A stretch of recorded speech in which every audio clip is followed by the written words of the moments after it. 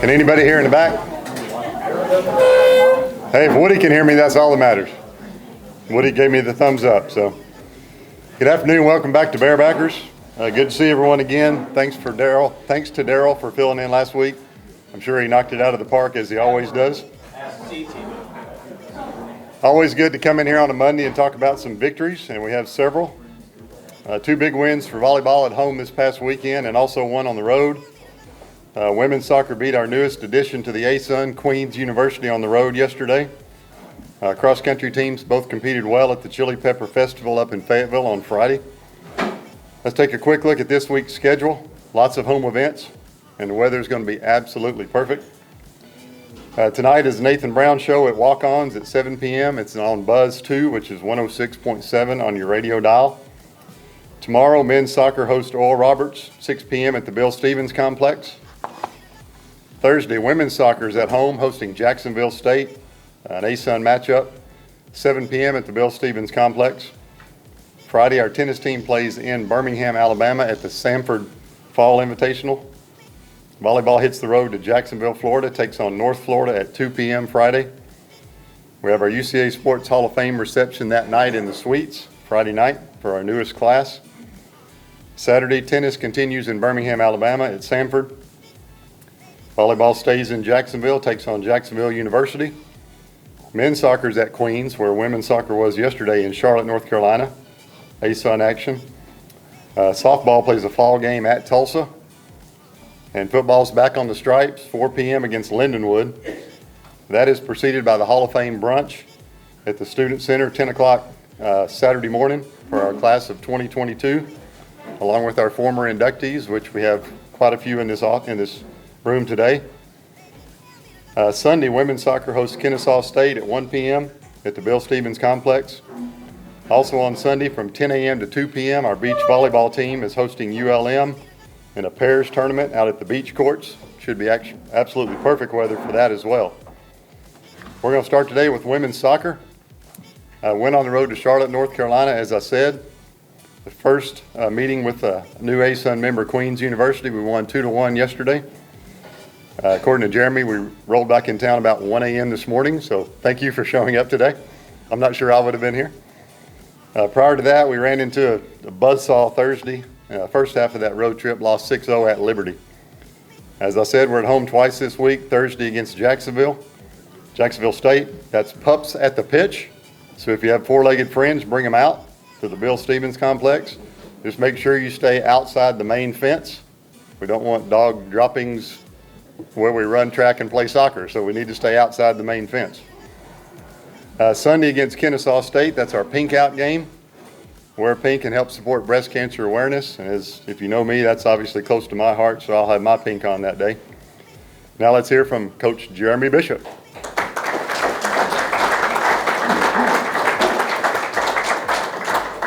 You're going to have to walk around like you're on concert or something. You don't know what's wrong with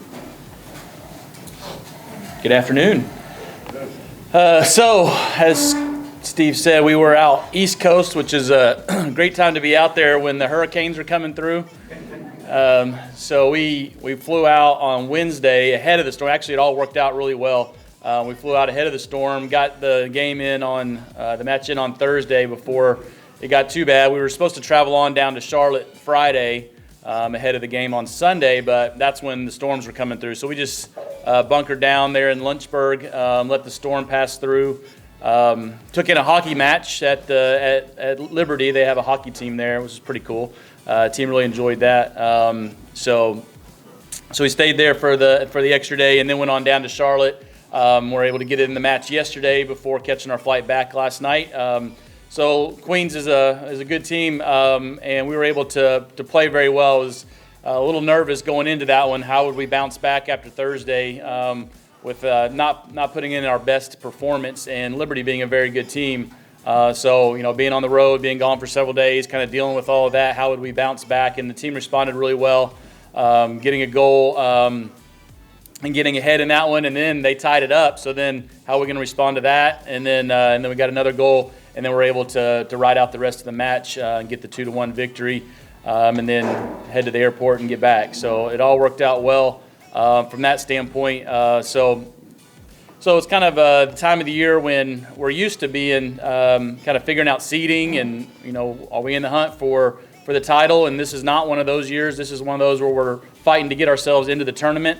So the 3 losses that we have so far in the league are all in the top 3 spots in the league. And so everybody that we're tied with, we've got 5 tied for 5th place right now, and we're one of those. And then there's still 4 teams below that. So 8 teams get into the tournament out of the 14 that we have in the A-Sun. So we're just trying to figure out a way to fight and claw and get our way into that. And all of the opponents that we have coming up are either tied with us or below. So hopefully we can respond well and come out with some good results here down the stretch. So this weekend we've got 2 at home, and then the following week we have another one at home. So 3 of our last 4 matches are here on campus, so that should be good for us. We've been on the road, it feels like a lot this season, but it'll actually all even out pretty well after this 3-game home stretch. So looking forward to having a bunch of you out this next weekend. And we have our official visit with our recruits coming in this weekend, so we'll have a bunch of our 23s here. So if you see some soccer players walking around, let them know how great it is to be in Conway and at UCA. And then come cheer them on Thursday night and Sunday afternoon. And then the following week, if I don't get back next week, will be our senior day. So the next weekend, and we have some seniors that we're really looking forward to honoring. So unless anybody has any questions, that's the update on women's soccer. Go Bears.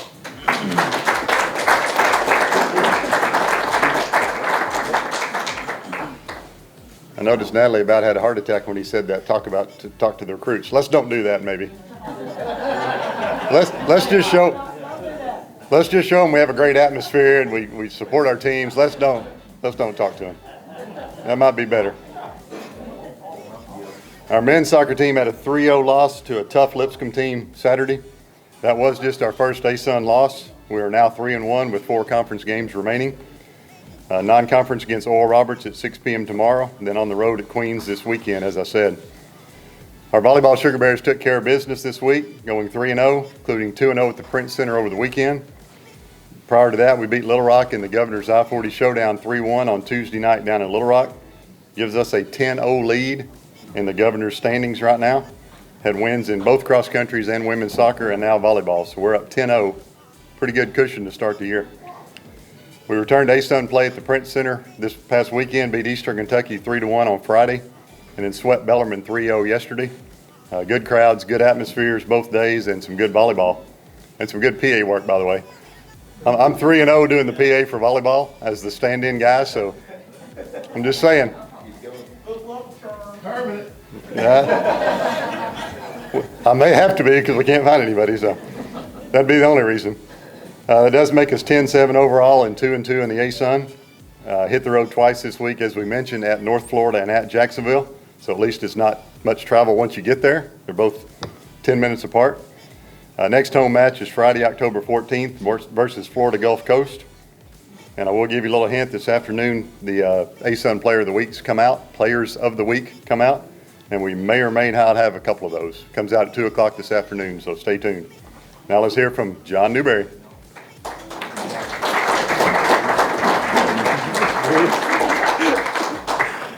All right, thank you guys for being here. Exciting week. Love beating Little Rock. We actually just got some injuries back. Some players that were injured, they're finally back. We will be missing Lacey Bohannon, if that doesn't ring a bell. She is our freshman that's already set a season record, a career high record, and a team record with 28 kills in 4 sets. So she's actually going to be out for the rest of the season. It's a season-ending injury. Just kind of figured that out on Monday. So a lot of people know about it. All the coaches keep coming up. They're asking. All the conference coaches before the game, all the pregame talk, they're wanting to know what's going on. So she's got a little ankle problem going on. It's nothing that needs surgery or anything, thank goodness. But it's going to take a while to heal. So we're confident she'll be back, and it's good because we're going to be able to get the medical waiver for her to continue out 4 more years here in the future. So it's a good thing. She'll get a whole entire spring to train and really pack on what we need here to produce here at UCA, which is exciting. Hate to have that on the sideline, but the good news is that it's not a career-ending thing, just season-ending. So just continue to lift her up in prayers. But Little Rock crowd, I want to just mention this just real fast. It was a ruckus crowd, and I've been on the sidelines with football, and football, I enjoy that kind of trash talk. There's a lot of that goes on, and a lot of things that doesn't need to be on camera. It's a lot of fun. Standing on the sidelines this weekend with our football game, I had a lot of good laughs listening to those guys go back and forth with each other. But in volleyball, you don't say a lot of those things to girls. You just don't do that. And there were some things said to our girls, and I'm really glad that I misinterpreted what one of the comments was, because it was unfortunate. So I say all this because I'm really proud of the administration that we have and just the classy students that we have here at UCA to handle things that need to be handled, because things needed to be handled. It was not handled correctly, and I'm really proud of the way that we do it here at UCA. I digress from that, okay? But I do want to bring that up. So I'm really proud of the way it's been handled. Our Eastern Kentucky match, this doesn't happen very often, but every single person in the front row that plays in the front row had 10 plus kills, which is a lot. We were extremely efficient. Eastern Kentucky has had some really good wins. It was one that we knew was going to be a battle, but we absolutely needed. So to finish them off in 4, it was awesome. It was a great atmosphere. I was excited to get that game behind us. It's the last time we'll see them. But they are somebody who made it we were toe-to-toe with them last year. If we would have beat them last year, we would have been in the conference tournament. And there's one of their tweets about how the Sugar Bears are not so sweet. And a little personal vendetta, so I was glad to get that win over the top of them. And then with our team with Bellarmine that we just played yesterday, great match. I've got to give props to, I'm just going to go ahead and tell you guys just real fast. It'll be tweeted out here in a little bit. We had Alexis Stumbo. She's a 4-year senior. She got Player of the Week for the conference. She had 15 plus kills. She had 15 plus kills in all 3 of the matches this week. Played 6 rotations. She had 3 double-doubles. She had a lot of digs, several aces, a handful of blocks. Just played a complete game. She's not the most dynamic kid on the team, but she's extremely passionate. She's extremely smart. She's very gritty, and it's the kind of person that you need on the court. And then one of our freshmen, setter, I believe she got Freshman of the Week, if I'm correct on that. Freshman got Freshman of the Week as a setter. Played a 5-1, so she played all 6 rotations, had an incredible game. Our numbers are going through the roof on the numbers that we need on the offensive side of things because of really the way that we're passing right now. So really impressed with how Kaylin, she's from Harbor High School up there in the Springdale area, by the way. Really, really impressed. So now we've gotten 2 freshmen on the Freshman Awards. If any of you guys were over here at the All-Star game, for the high school All-Star game by chance, these 2 young ladies, Lacey Bohannon and Kaylin Coons, were both the MVP for that All-Star game. So it's glad to have the top talent in the state of Arkansas right here at UCA winning awards. That's exciting. I think we're doing good things. So looking forward to this weekend. I think a notable person I want to point out, so Alexis Stumbo, she's number 2 in our conference in kills, total kills. She's number 2. And we also have the number 3, and she's our right side. She only plays 3 rotations, but Mackenzie Vernon, she plays on the right front. If you come to our games, I can tell you right now, if I was to bet, don't do that, it's illegal for the NCAA reasons, but if I was, and we had an arm wrestling contest, I'd put everything against every single one of you guys in here. The girl has a cannon, she's got an arm. My highlight of the week was when we had a little bit of it wasn't a perfect pass, but it's close. But Kaylin ran as fast as she could, got her hands on it, and just shoveled that ball back to the back pin. and Mackenzie Vernon, we call her Mac, she goes up and just, we're gonna probably have to get a new floor in the print center because she put a dent in the floor. It hit so hard, but it was one of the most incredible swings and attacks that I've seen here in the gym. It was a monster. I remember Dr. Teague, like, oh my gosh. I remember seeing his face when I turned around and seeing that. It was a monster swing. So anyways, but yeah, we've got North Florida. They've got a couple of really good players, very dynamic. They have had some incredible wins, and they've had some interesting losses. So I think if we continue on this consistent path and continue getting our injured people a little bit more healthy, I think it'll be a good weekend for us.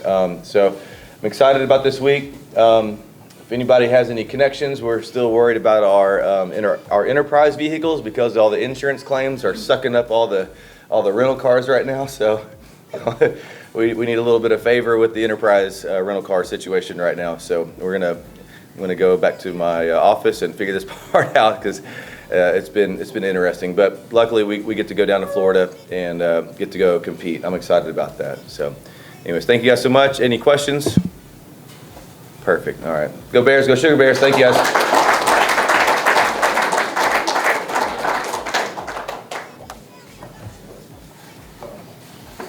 And please, nobody put that out just yet about those Player of the Weeks because A-Suns, it's kind of their call. So I'm excited about it.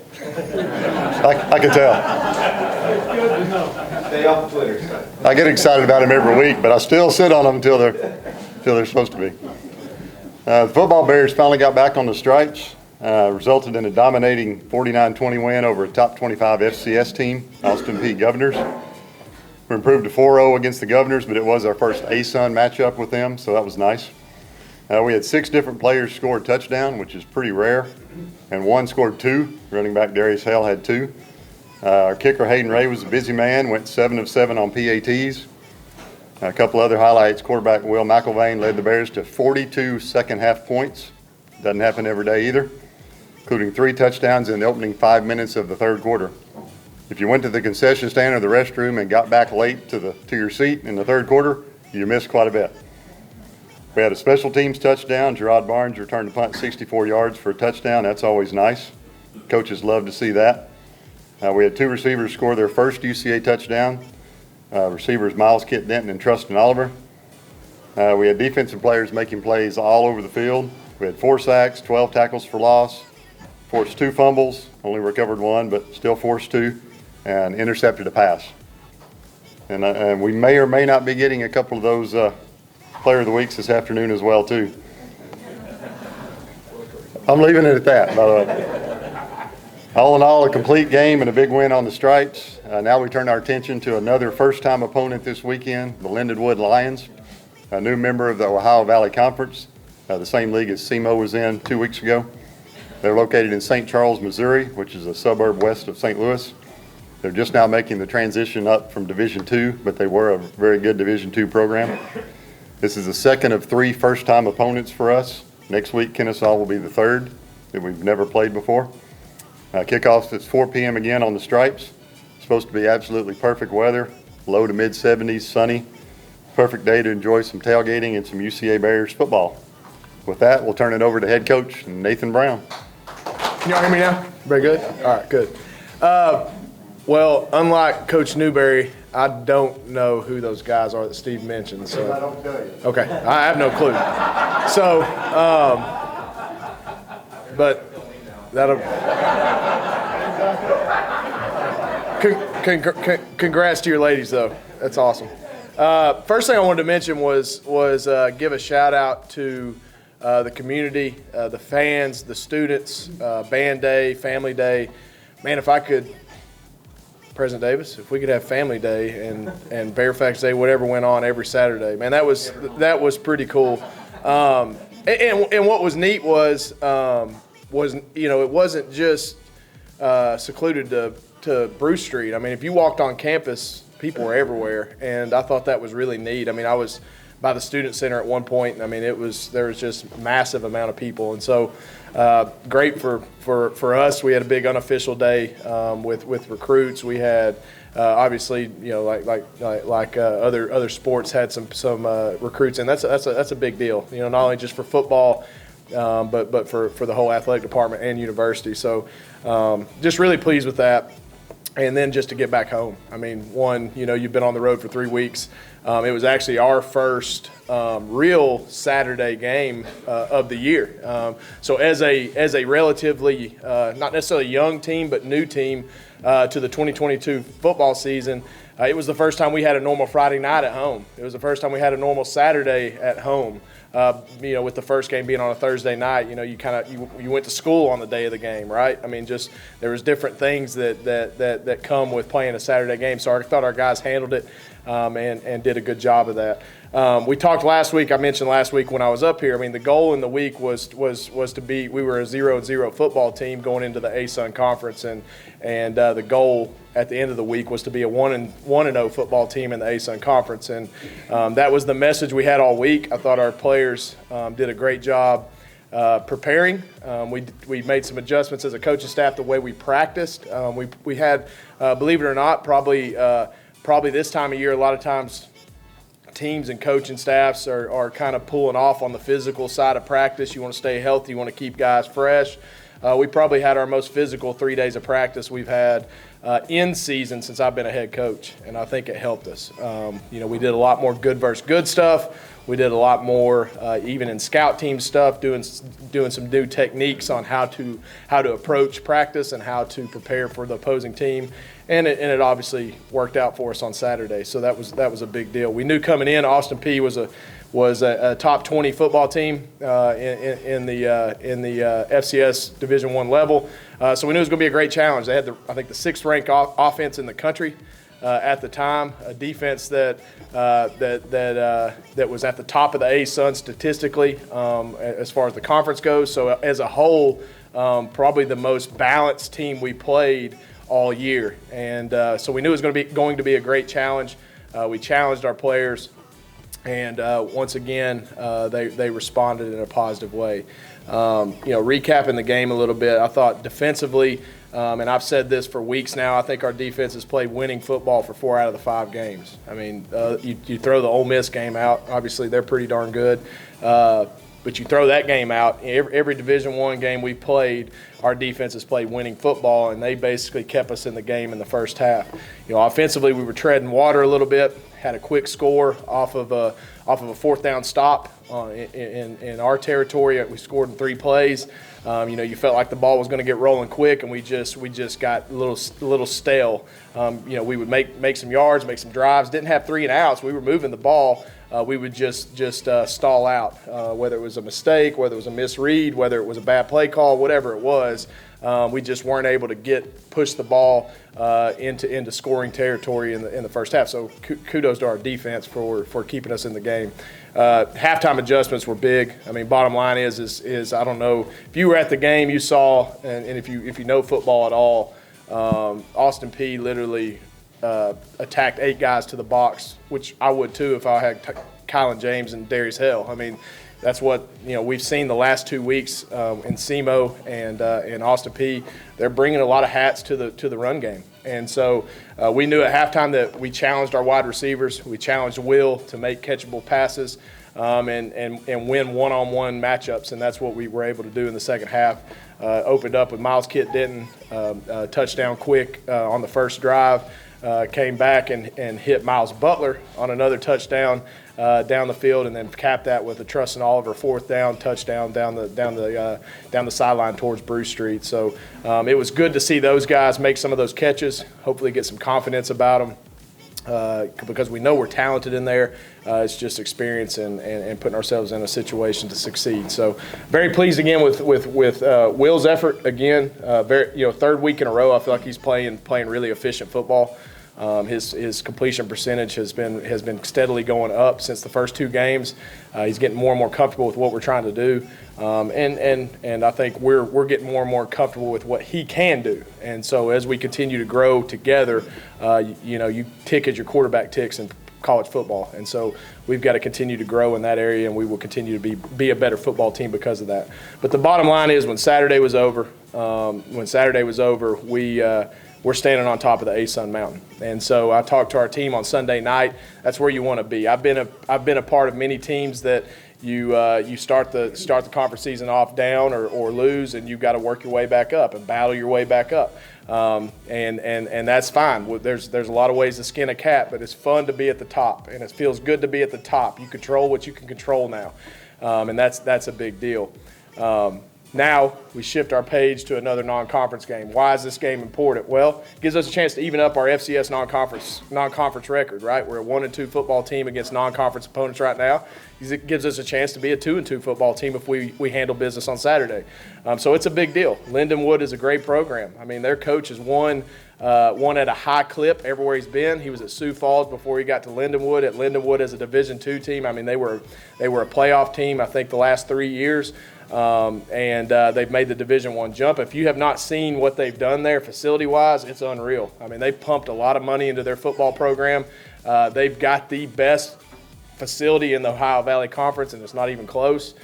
So you can see why people would want to go there as far as football athletes. It's about 45 minutes to an hour outside of St. Louis, so they're in a good recruiting area. They're going to be a good football team. I mean, they were a D2 playoff team, and why I'm saying that is because I lived it.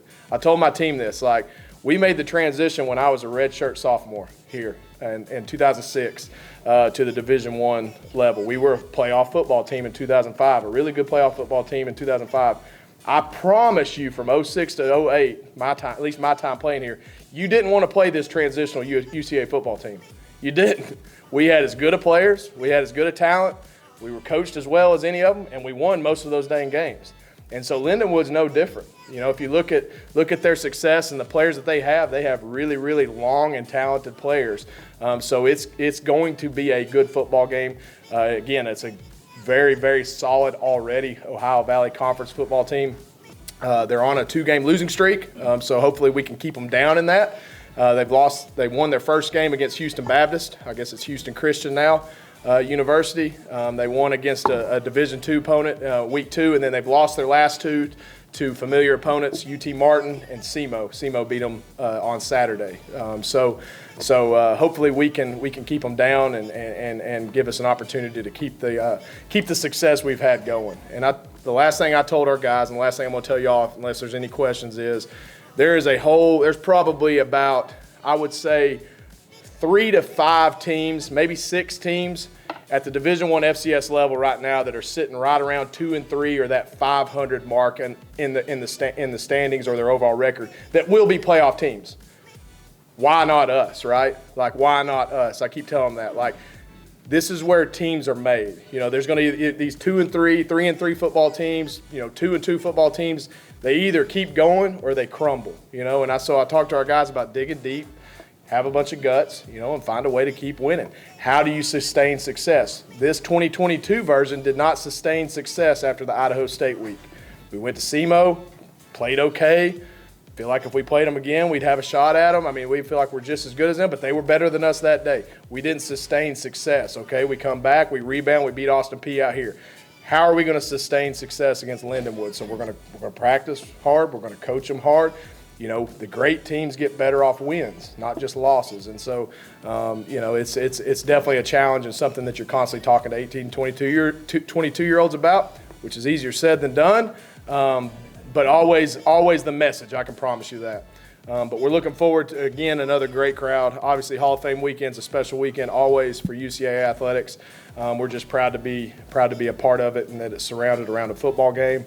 And looking forward to it. We're excited about it. Anybody have any questions? Yes, ma'am. Not that it makes any difference, but just out of curiosity, when a team is behind 49-20 yes. with a minute and 35 seconds, Yeah. why would you call a timeout All right. on another one in 1:30? All right, so here's and I had some players on the sideline kind of bickering about that or griping about that too. I'm going to be honest with you. I would have probably done the same thing. And here's the reason why, because Coach Walden wants his team to know that he believes in them. He wants them to know that he's going to fight till the last second, right? That's even after we took that third knee, or the fourth knee, I should say, on fourth down. He still took it down there and tried to score. I think that's his philosophy. I do. I think his philosophy is he wants his team to know that he's going to do whatever it takes, whether it's us bobble a snap, I don't know, us fumble a kneel down, or now we've got to give them the ball back. Let's throw it to the end zone. Yeah, so I think that's what his thought process. That's what my thought process was as he was doing it. I'm sitting there going, he's probably just wanting his team to know, hey, we got our butts kicked tonight, but I'm gonna fight till the end for you. And I think that was probably the approach in that. Did I like it? Heck no, because I was just wanting to get out of there with. I didn't want any more plays. I'm like, man, all I can think of is somebody getting rolled up or something stupid happening. But I think that's probably what was going on in his head. I had a good talk with him after. Coach Walden's a great coach, done a great job there at Austin Peay. He's going to continue to do a great job at Austin Peay. You have a lot of respect for him and his program. Yes, sir. Did he do a lot of fourth down plays coming into this game? I mean, I was really shocked in that first possession. I was shocked too. And not that he went for it on fourth down, but because he had, and we knew we were going to have to cover 4 downs when we got about 45+ yard line, because he had been consistent on that. I mean, he has almost a Lane Kiffin type approach, that 4 down mentality, but on his own 34, I was a little surprised. And obviously, our defense just rose up. We didn't really bring anything special there. They got in a 12 personnel package where they had 2 tight ends in the game. And bottom line is, Caden Brown and David Walker just whipped their guys. I mean, if you watch it on film, we didn't bring any extra blitz. We brought Tamari Wilson off the edge just because that was a base call on that front.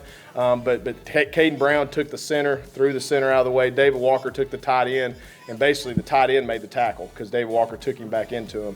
But yeah, I was surprised in that. And so then the next series, he goes forward on his plus 40 range. And so Coach Kitchens is sitting there. Of course, you're frantic, right? In the game, you're like, well, you don't know what's going on. Like, what are they going to do? So I'm always switching over offense, defense. I said, he goes, you think they're going to go for it? I said, yeah, they're going to go for it. They went for it on their own 34.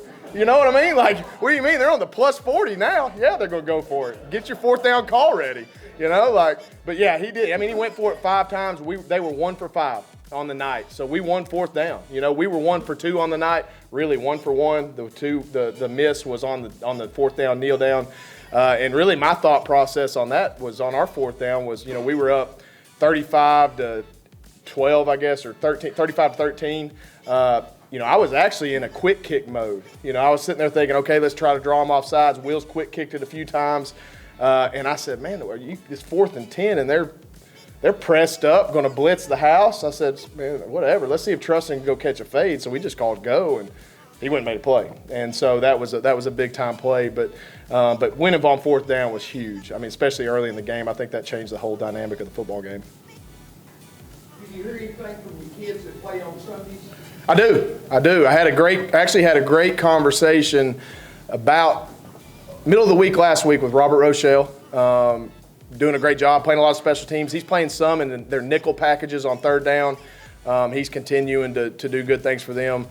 Trey Smith has been returning and playing a lot of special teams. He is their starting nickel for the Houston Texans. And then George Odom is just George Odom. I mean, he makes plays over plays, and he's played with the 49ers now, doing a great job. For those of you that don't know, Braylon Smith is currently in the CFL right now. He's in Saskatchewan, and he is a backup quarterback for them right now. They're in the middle of their season. He actually came down 2 weeks ago on their bye week, and he was telling us all about the difference in CFL and NFL. There's a lot of differences, but he's doing very well for himself as well. Lawan Winningham is currently a free agent. He actually got cut by the Jaguars in the last cut. And then they actually brought him back for a week. This is how crazy the NFL is. They cut him. They signed a kicker. They cut the kicker the next week. They brought him back, and now he's cut again. So he's playing the merry-go-round right now with the NFL. He's staying in shape. I don't think there's any doubt that he's going to make it, just a matter of where. So those guys are doing a great job. They keep up with us. They're very engaged with our program still. A couple of things. 49ers play tonight. They do. Against the Rams, against Robert Rochelle. Robert Rochelle and George Odom tonight. Yeah, that'd be a good one. I've got some pictures saved on my phone over the years of screenshots of those two playing against each other, and including Trey where they're together. It's pretty cool pictures. It's neat to watch those guys. The other thing you might mention to your players, if you want to, 91 national championship team started out 0-3. Oh, yes, that is good. Yes, sir. Did lose again. Yep. So, I mean, it's a great example, and I've said that all along. Like, I mean, and I told our guys this, and we wrote the first chapter of the book this week, right? 1-3 football team. You know, I told y'all the story of the 2011 version of the 1-3 football team that they built a story up. So I told our guys again on Sunday night, chapter 1's done, right? Chapter 1's done. Let's hope that 6, 8, 10 years from now, we're telling a story about the 2022 football team. And that's the goal. A meaningless question. Good. Number 51 for Austin Peay. How big was that guy? The largest human I think I've ever seen. He was listed 6'9". The dude he's playing the wrong sport. I mean, that guy could just put his hand up and dunk a basketball. I mean, that dude was massive. He was massive. Yeah, and you know, Logan Jessup and David Walker aren't small children, and they made them look tiny next to him. And it didn't help that their right guard next to him is 6'1". So like he's 6'1", and then you got so it made him even look bigger. I was just curious because he stood out. He did. He was a mountain of a man. That's for sure. You know what's crazy is that's what they all look like at Georgia. All right, let's see. Let's have another good crowd on Saturday. We're looking forward to it. Thank y'all.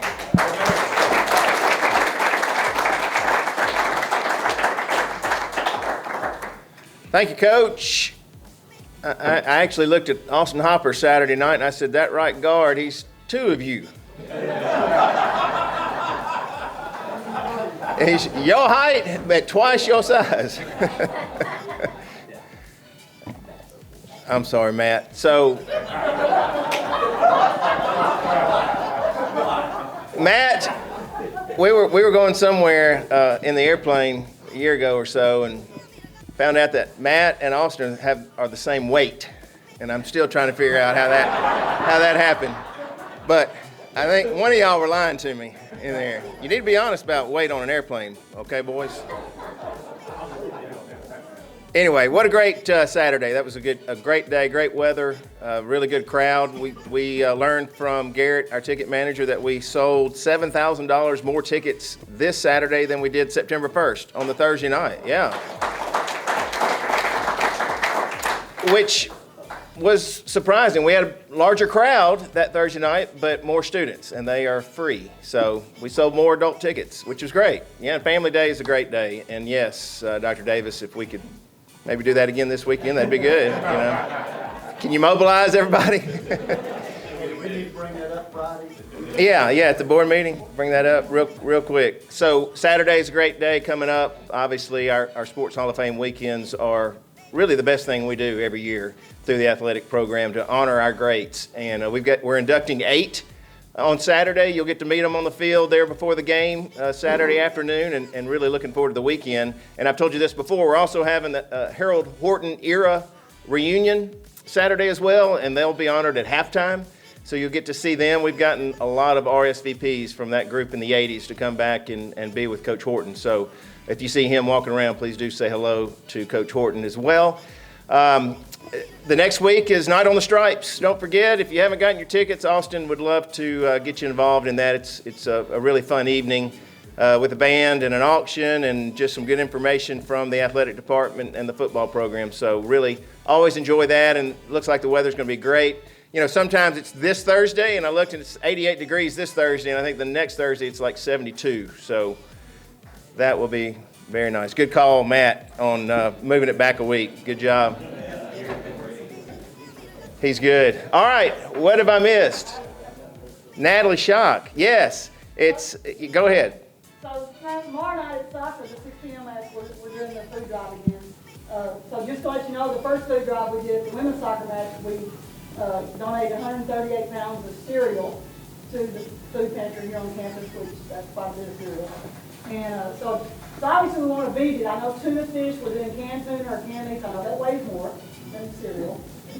So we need to, bump that number up quite a bit. So even if you don't come to the soccer match and you want to donate, bring it by the office and we'll make sure to get to the pantry. Yes, thanks, Natalie. So tuna in oil or water, does it matter? Doesn't matter. No, I'm kidding.